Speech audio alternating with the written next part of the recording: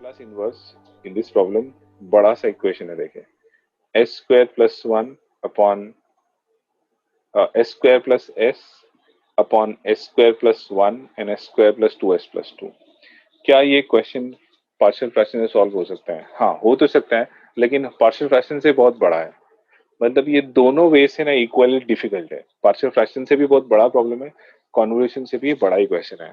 तो दोनों वे से क्वेश्चन इक्वल है, ऐसा नहीं कह सकते उससे आसान पड़ेगा इससे डिफिकल्ट। दोनों लाइन में सेम ही प्रॉब्लम है। ये क्वेश्चन में पहली बात तो मैंने इक्वल टू क्वेश्चन मार्क लिख लिया। ये क्वेश्चन में पहले तो अपने को ना ये सिंप्लीफिकेशन करना है न्यूमरेटर का। न्यूमरेटर इसका है S square plus S, what we do is S into S plus one. मैंने न्यूमरेटर को जानबूझकर ऐसा स्प्लिट किया, एस कॉमन लेकर, और डिनोमिनेटर में सेम कॉपी कर रहा हूँ, S square plus one S square plus two S plus to. तो डिनोमिनेटर मैंने सेम कॉपी किया, न्यूमरेटर को मैंने एस एस प्लस वन लिया फॉर वेरी इंपॉर्टेंट रीजन, उनके स्प्लिट अप करने के लिए।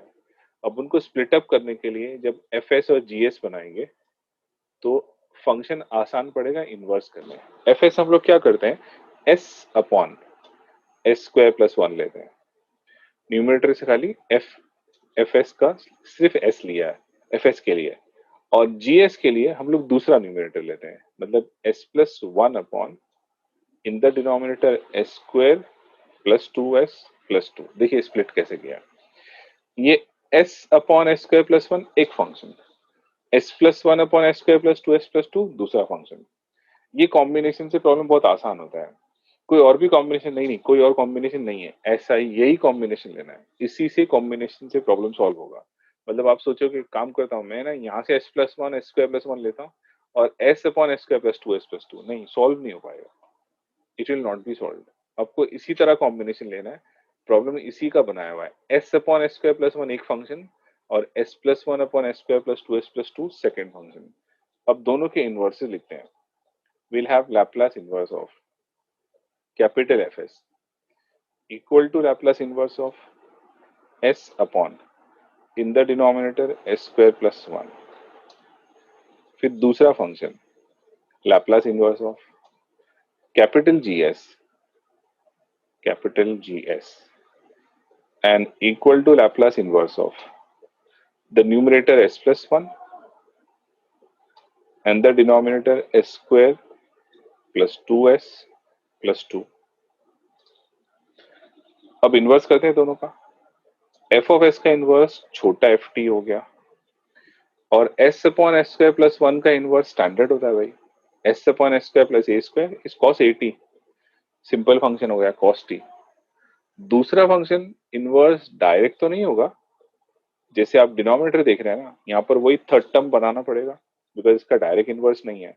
तो we write Laplace inverse of, numerator perfect है, न्यूमिनेटर को कुछ नहीं कर रहे हैं, डिनोमिनेटर में थर्ड टर्म क्रिएट करते हैं, S square plus two S का थर्ड टर्म प्लस वन होता है, माइनस वन से बैलेंस किया और प्लस टू जो लिखा था वापस वो कॉपी कर दिया।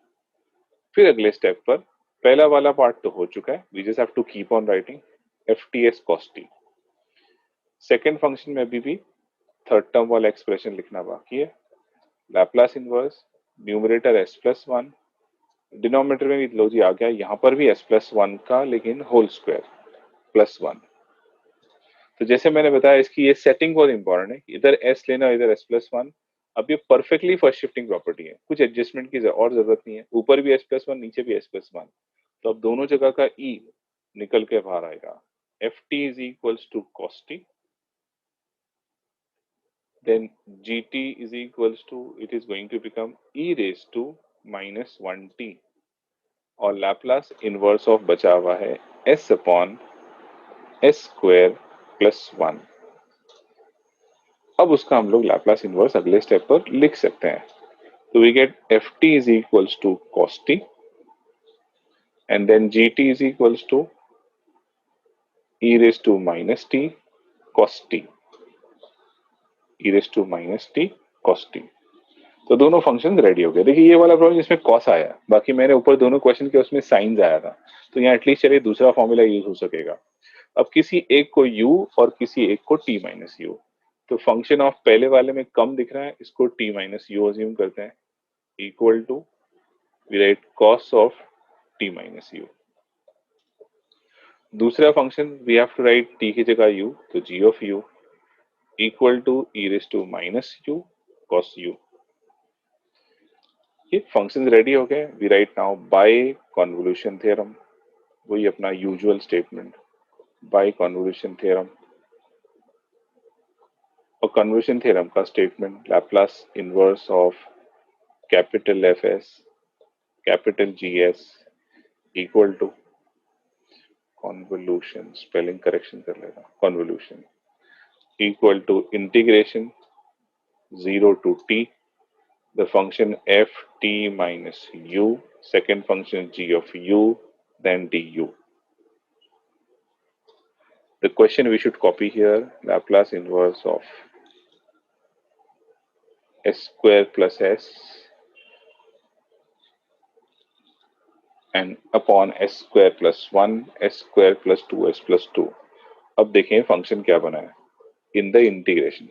एक फंक्शन है cos t माइनस u और सेकेंड फंक्शन है e raise to minus u cos u du। ये टोटली तीन फंक्शन है अपने पास, cos t minus u, e raise to minus u, cos u। अब लास्ट दो क्वेश्चन से क्या हो रहा था कि आप एक्सपोनेंशियल ज्यादा थे तो उसमें से आप एक्सपोनेंशियल को मर्ज कर रहे थे और t वाले एक्सप्रेशन को बाहर निकाल रहे थे। अब यहाँ पर एक्सपोनेंशियल तो एक है, cos दो दो है। भाई जब cos दो दो होते हैं तो क्या तरीका सीखा है हम लोग ने, बहुत स्टार्ट से हम लोग सीखते हुए आ रहे हैं। जब cos दो दो एक्सप्रेशन होते हैं तो क्या करते हैं, मैं रिमाइंड कराता हूँ आपको। इंटीग्रेशन 0 to t, मैं पहले एक्सपोनेंशियल को हटा लेता हूँ e raise to minus u, उसके बाद दोनों cos फंक्शन को लिखता हूँ t minus u cos u du। और अब देखते हैं आपको याद आता है कि नहीं। मैं स्टेप लिखते जा रहा हूँ, आई गेस आपको याद आएगा कि मैं क्या कर रहा हूँ। I am multiplying and dividing by 2। एक एंगल को मैं कर रहा हूँ रेड और दूसरे एंगल को मैं बना देता हूँ blue. I am going to apply one, yes, famous formula हम लोग पहले बहुत कर चुके हैं। हमेशा ये पूरा स्टैंडर्ड रूल है भाई, sine cos, cos cos, sine sine बाजू बाजू में आ जाएंगे तो इंटीग्रेशन नहीं हो पाएगा, लैप्लास भी नहीं हो पाएगा। आपको वो सब पीछे जाकर बहुत लैप्लास के स्टार्ट में सीखा था, 2 sin a cos b, 2 cos a cos b, 2 sin a sin b, ये सब को यूज करके स्प्लिट करना पड़ेगा तभी लैप्लास या इंटीग्रेशन, दोनों भी एक जैसे ही है, क्योंकि Laplace is a form of integration. तो लोग इंटीग्रेशन या लैप्लास नहीं हो सकते जब तक आप उसको सिंप्लीफाई नहीं करो। ठीक है, तो यहाँ पर हम लोग सिंप्लीफिकेशन करते हैं e raised to minus u, just a moment please,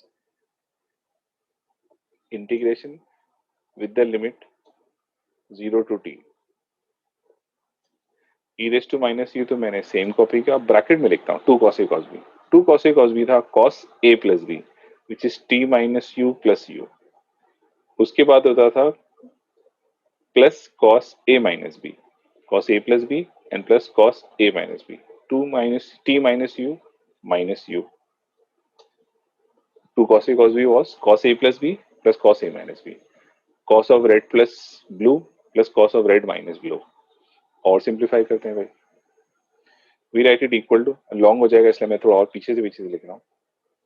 it is going to become equal to half with integration limit 0 to t e raise to minus u, ये तो अपनी जगह स्टैंडर्ड ही रहेगा। अब दो कॉस बने, एक कॉस एक्सप्रेशन में t minus U plus U cancel हो गया, कॉस t हो गया। सेकेंड कॉस के एक्सप्रेशन में t माइनस 2u बन गया and then du, t minus u du। अगले स्टेप पर और एक स्टेप लेते हैं, equal to half integration with limit 0 to t। अब ये एक्चुअली दो अलग अलग इंटीग्रेशन क्रिएट होंगे।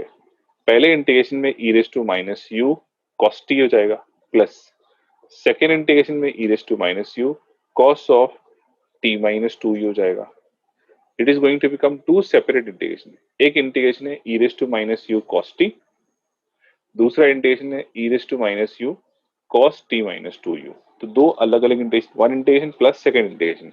हम दोनों को इंटीग्रेट कर लेते हैं, लेकिन पहले फॉर्मूला पीछे से लाता हूँ। हमने फॉर्मूला सीखा है e raise to A you cos B U. चलिए फॉर्मूला यहाँ से मैं कॉपी कर लेता हूँ so that we'll be able to apply that here. यहाँ पर ये यूज होने जा रहा है e raise to A you cos B U. हमारा पहला काम a और b को आइडेंटिफाई करना। तो ए और बी क्या है वो आइडेंटिफाई करते हैं। We have 1/2। मैं पहले यहाँ पर ब्रैकेट बना लेता हूँ ताकि हम लोग इनसाइड फंक्शन लिख सकें। अब पहला जब इंटीग्रेशन कर रहे हैं ना, ए और बी आइडेंटिफाई करते हैं। e raised to au cos t। Can somebody tell me A और बी क्या है यहाँ पर? सर -1 ए है और 1 है cos 1 B is 1। Anybody else? चलो माज ने तो बता दिया, कोई और बताए क्या माज राइट है, या माज को आप असर्ट करें कि हाँ माज राइट है? किसी और की कोई और राय है? ए तो -1 राइट है, बी की वैल्यू 1। मैं चाहता हूं एक बार आप वापस इसको देखें जो मैंने हाईलाइट किया हुआ है। हम लोग integration with respect to u कर रहे हैं, remember it, remember that point. We are doing integration with respect to u. Are you looking at the function here? एक function e raise to minus u है और दूसरा function में u नहीं है, वो cos t है। a और b यहाँ पर नहीं होगा एक्चुअली, इस इंटीग्रेशन से प्रॉब्लम सॉल्व नहीं होगा। I am talking about the first part पहले, दूसरे पार्ट में बाद में बात करेंगे, पहले मैं फर्स्ट पार्ट की बात कर रहा हूँ। ये हाईलाइटेड वाले एक्सप्रेशन को इस ब्लैक वाले फॉर्मूला से सॉल्व नहीं कर सकते हैं। भाई क्यों नहीं कर सकते? वही तो दिख रहा है, ई दिख रहा है, कॉस दिख रहा है। नहीं नहीं, आप ये देखो विद रिस्पेक्ट टू यू करने के लिए क्या दोनों के पास यू है? एक्सपोनेंशियल के पास तो यू है, कॉस के पास तो कुछ भी यू नहीं है। तो कॉस का इंटेंशन यहाँ पर पार्टिसिपेशन में आएगा ही नहीं। मतलब आप कॉस को ऐसे ही छोड़ दोगे, cos t you will write as it is. You are going to integrate e raise to minus u only. E raise to minus u का integration e raise to minus you upon -1 होता है। तो first part है ना, trap था, important था देखने के लिए। ये लग रहा था E raise to A U और कॉस बी यू, नहीं, ये कॉस बी यू नहीं हो सकता, इसके पास यू वाला टर्म ही नहीं है। ये कॉस टी कांस्टेंट है, तो ये कॉस टी को कुछ नहीं होगा, कांस्टेंट है। ऐसे अगेन द वर्ड कांस्टेंट, वो वेरिएबल नहीं है, चेंज नहीं होगा, वो वैसी के वैसे रहेगा। यू के लिए टी लेटर कांस्टेंट है। फिर E raise to minus U, हाँ ये वेरिएबल है, इसका इंटेशन होता है, तो इसका इंटेशन होगा E raise to minus you upon -1 directly, simple integration. फिर जब सेकेंड पार्ट पर आ रहे हैं plus, when you come to the second part में ये फिर कॉन्सेप्ट वापस आएगा। हाँ यहाँ पर लगेगा E raise to A you cos B U. अब आप मुझे बताएं ए क्या है, बी क्या है? तो ए तो क्लियरली दिख रहा है, वही ए की जगह -1। बी क्या है यहाँ पर? वापस आपको क्या देखना है मालूम है? कॉस के एंगल का यू का कोएफिशिएंट, बाकी सब चीजों से अपने को मतलब ही नहीं है। यू वाला कोएफिशिएंट कौन सा है? -2। ये पूरा एक्सप्रेशन, मैं इसको खाली ये वाले पार्ट को हाईलाइट कर देता हूँ। हमें इंटरेस्ट होता है हमेशा सिर्फ यू कोएफिशिएंट, जैसे एक्सपोनेंशियल के पावर में भी यू का कोएफिशिएंट और कॉस के एंगल में भी यू का coefficient. We are not interested in T at all, लेकिन उसको छोड़ भी नहीं सकते, कॉस के एंगल में मिला हुआ है वो, we can't remove it outside के हाँ टी को निकाल दो बाहर, भाई कॉस के एंगल से रिमूव नहीं कर सकते। हमें इस प्रॉब्लम, ये वाले पार्ट को इस इंटीग्रेशन से सॉल्व करना है। अब ये E raise to A you cos B U format पे बैठ रहा है बराबर, खाली फर्क है कि इसके अंदर टी भी आ गया बाजू में, तो रहने दो, उससे कोई प्रॉब्लम नहीं है। पहला वाला ये फॉर्मेट पे नहीं बैठता है, ई रेज़ टू ए यू तो है लेकिन कॉस बी यू नहीं है, कॉस टी है। तो cos t will remain as it is. E raise to minus u का इंटेशन यूजुअल इंटेशन होगा। क्या, कौन सा इंटेशन यूज किया मैंने यहाँ, वो फॉर्मूला लिख लेता हूँ। मैंने इंटेशन यूज किया है integration of e raise to A u t u, उसका आंसर होता है ई raise to A u upon a. Basic integration exponential का एक्सपोनेंशियल ही होता है और डिवाइड बाय ए इसलिए बिकॉज कोएफिशिएंट ऑफ यू आ गया। तो I come back to the part here. अब इसका इंटीग्रेशन जब कर रहे हैं तो e raise to minus you upon a square plus b square. भाई रेड वाले में ए दिख रहा है अपने को -1, -1 का स्क्वायर, -1 का स्क्वायर प्लस, फिर रेड वाले में दूसरा बी दिख रहा है -2, -2 का square, e raise to A u upon a square plus b square. Further in the bracket पहले लिखना है ए, तो भाई ए लिख दिया -1। लिखना है कॉस बी यू, अच्छा कॉस बी यू मतलब पूरा एंगल लिखना है, टी -2u। फिर प्लस बी, बी की वैल्यू क्या है? बी की वैल्यू -2 है। उसके बाद sine b u, sine b u मतलब टी -2u। एंगल तो नहीं ऐसा तोड़ सकते ना हम लोग, उसके अंदर से एंगल सिर्फ खाली टी अलग करके यू अलग करके ऐसा नहीं कर सकते, angle can not be split. तो आपको एंगल एक्सप्रेशन पूरा लिखना पड़ेगा। बाकी लिमिट प्रॉब्लम दिया 0 टू टी। तो ये एक्सप्रेशन जरा इंपॉर्टेंट है। पहले वाले में इंटीग्रेशन कॉस टी का बिल्कुल भी नहीं होगा, इंटीग्रेशन सिर्फ e raise to minus u का। सेकंड में हाँ, ये दोनों अब पार्टिसिपेट करेंगे e raise to A you cos B u logic से। तो आंसर आपने लिखा देखिए, e raise to A u upon a square plus b square, a is -1, B is -2, in the bracket a cos B u plus b sine b u. B u बोलने का मतलब ये पूरा angle t minus two u sine t minus two u. Now we should put the limit. Sir जो मतलब जो as इसका है, सेकंड पार्ट का इक्वेशन उसमें पूरा होल इक्वेशन आ गया है इसका जी जी जो उन्होंने किए थे कॉस हम्म का। हम्म ये पूरा एंगल जो है ना, कंप्लीट एंगल लेना पड़ेगा, एंगल को स्प्लिट नहीं कर सकते। हाँ, रेफरेंस के लिए ए बी चाहिए होता है इन द फॉर्मूला, ए और बी समझना है, एक्सपोनेंशियल का पावर और कॉस का एंगल, बाकी एक्सप्रेशन पूरा पूरा कॉस हाँ, ऑफ साइन ऑफ। तो पूरा उसका एक्सप्रेशन पूरा सेकंड पार्ट में आ गया उसकी। Right right. तो अब एक्सपोनेंशियल में और u की जगह पर t सब्स्टिट्यूट करते हैं, तो पहला एक्सप्रेशन cos t, उसके बाजू में e raise to minus t और डिवाइड बाय -1, ये पहला टर्म हो गया, प्लस दूसरे टर्म में e raise to minus t upon -1 का स्क्वायर -2 का स्क्वायर 5 बन गया, इन द ब्रैकेट -1, और cos के एंगल में देखिए जरा, t माइनस टू टी हो रहा है, फिर -2, अब साइन के एंगल में देखिए ये भी t माइनस टू टी हो रहा है, t माइनस टू टी। मैं सारे यूज की जगह पर रिप्लेसमेंट कर रहा हूँ, यू की जगह पर टी रिप्लेस कर रहे हैं, ये अपर लिमिट हो गई। फिर माइनस लोअर लिमिट पर आते हैं, जब लोअर लिमिट पर आते हैं तो कॉस टी सेम रहेगा, ई रेस टू के पावर में आ गया 0 और अपॉन -1। ठीक, सेम एक्सप्रेशन वापस लिखना स्टार्ट कर रहा हूँ, it will take a long space, एक जगह फिट नहीं होगा। Then inside the bracket e raise to minus t into cos 0, अब inside the bracket sorry, minus minus, we have then e raised to 0, denominator में 5, inside the bracket -1 cos of t हो जाएगा सिर्फ, and -2 sine of t। So wait, I will fit it in one line, इसको एक line में set कर देते हैं।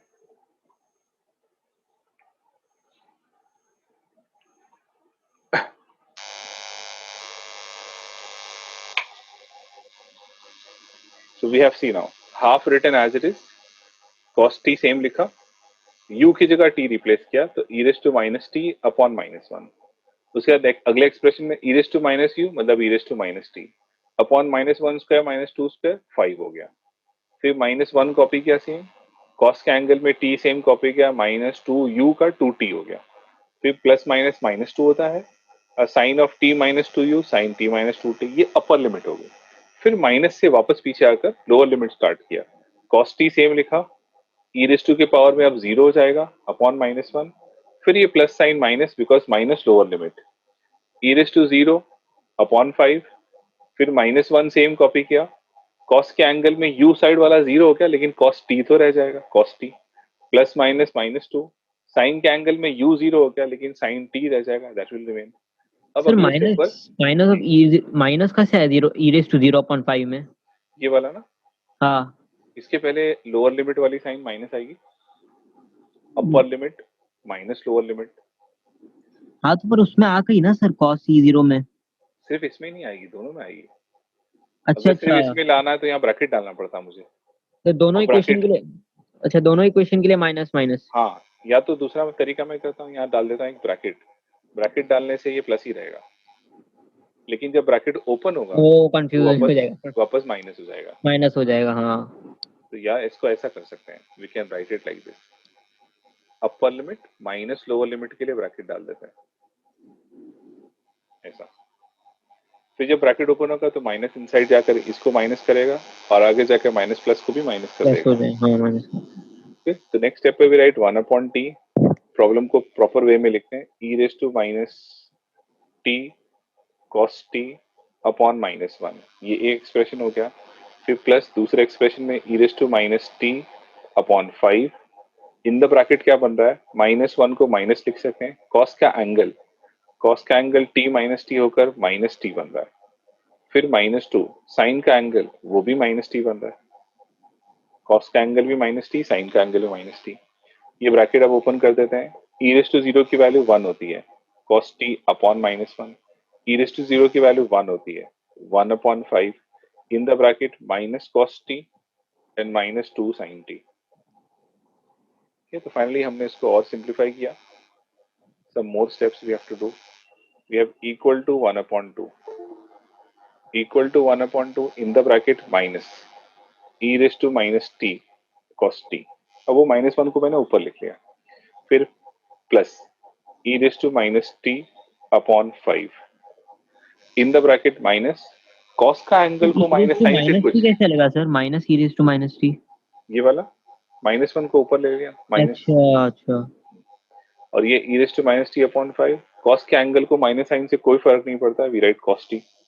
हाँ, साइन के माइनस एंगल को फर्क पड़ता है, इसका माइनस निकल के बाहर आ जाएगा और बाहर आकर ये माइनस माइनस हो जाएगा प्लस 2 sin t। पहला एक्सप्रेशन कंप्लीट सिंप्लीफाई हो गया। अगले एक्सप्रेशन में ये माइनस अपॉन माइनस है, यहाँ लिख सकते हैं प्लस ओनली cos t, फिर -1/5 and in the bracket minus cos t minus 2 sin t। तो ये फाइनली दो एक्सप्रेशन ऐसे है जिसमें अपॉन 5 है, और दो एक्सप्रेशन है जिसमें अपॉन 5 नहीं है। और भी सिंप्लीफाई, जितना सिंप्लीफाइड वे में लिखेंगे उतना बेटर है, राइट 1/2। तो पहले दो एक्सप्रेशन हम लोग साथ में मर्ज करते हैं, cos t minus e raise to minus t cos t। देखिए मैंने कौन सा एक्सप्रेशन लिया है, ये फर्स्ट वाला minus e raise to minus t cos t वाला एक्सप्रेशन और प्लस cos t वाला एक्सप्रेशन, ये दोनों एक्सप्रेशन को साथ में मर्ज करके एक बनाया। फिर सेकंड वाला और फोर्थ वाला, ये दोनों एक्सप्रेशन का अपॉन 5 है, राइट इट अपॉन 5, और न्यूमरेटर हम लोग दोनों के कंबाइन करेंगे। एक न्यूमरेटर है e raise to minus t in the bracket, हमेशा पॉजिटिव पहले नेगेटिव बाद में, 2 sin t minus cos t, फिर -1, -1 को लिखने की जरूरत नहीं, minus in the bracket minus cos T and -2 sin t। तो ये सब सिंप्लीफिकेशन प्रोसेस है ताकि प्रॉब्लम अच्छा सा दिखे आंसर फाइनल लिखने में। तो हमने एक expression e raise to minus T cos t plus cos t वाला ले लिया, और दूसरे एक्सप्रेशन दोनों 5 को अपॉन में लिखा, एक ही कॉमन। एक expression e raise to minus t देखिए पहला सेम कॉपी का, 2 sin t पहले लिखा है, minus cos T second. Next वाले में -1 को I have just written minus outside bracket, inside the bracket minus cos T and -2 sin t। This become finally the answer.